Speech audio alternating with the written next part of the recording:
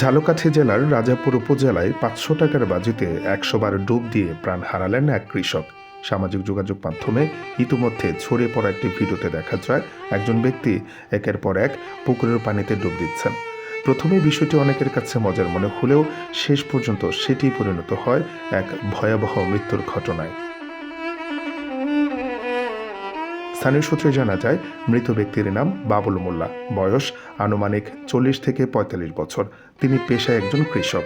প্রতিদিনের মতোই সকালে বাজার এলাকায় কয়েকজনের সঙ্গে আড্ডা দিচ্ছিলেন তিনি। এ সময় শীতের তীব্রতা নিয়ে কথা বলতে বলতে হঠাৎ করেই শুরু হয় একটি বাজি।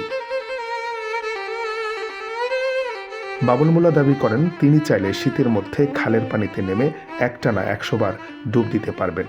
এ নিয়ে উপস্থিত কয়েকজনের সঙ্গে হয় মাত্র ৫০০ টাকার বাজি। কেউ ভাবতেও পারেননি এই তুচ্ছ বাজি হয়ে উঠবে তার জীবনের শেষ বাজি। এরপরেই বাবুল নেমে পড়েন পাশের একটি খালে, শুরু করেন একের পর এক ডুব। আশেপাশে থাকা লোকজন মোবাইল ফোনে সেই দৃশ্য ধারণ করতে থাকেন। ভিডিওতে দেখা যায় তিনি বারবার পানির নিচে যাচ্ছেন, আবার উঠে আসছেন। প্রথম ২০ থেকে ৩০ বার ডুব দেওয়ার পরেই অনেকেই তাকে থামতে বলেন, কিন্তু বাজি জেতার জেদে তিনি কাউকে শুনেননি। স্থানীয়দের ভাষ্য অনুযায়ী তিনি শেষ পর্যন্ত ১০০ বারের বেশি, প্রায় ১১০ থেকে ১১২ বার ডুব দেন। ডুব শেষ করে যখন তিনি খাল থেকে উঠে আসেন, তখন হঠাৎ করেই অসুস্থ হয়ে পড়েন। তার শরীর কাঁপতে থাকে, কথা জড়িয়ে যায়। কিছুক্ষণের মধ্যেই তিনি মাটিতে লুটিয়ে পড়েন। স্থানীয়রা দ্রুত তাকে উদ্ধার করে নিকটবর্তী স্বাস্থ্যকেন্দ্রে নিয়ে যান, তবে চিকিৎসক পরীক্ষা করে তাকে মৃত ঘোষণা করেন।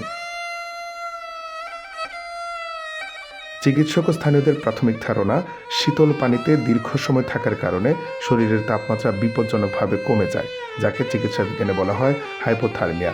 এছাড়া অতিরিক্ত শারীরিক চাপ ও অক্সিজেনের ঘাটতিও মৃত্যুর কারণ হতে পারে। এই ঘটনা এলাকায় নেমে এসেছে শোকের ছায়া।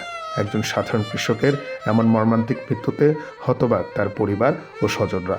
তারা বলছেন, মাত্র ৫০০ টাকার জন্য এমন মৃত্যু কোনোভাবেই মেনে নেওয়া যায় না।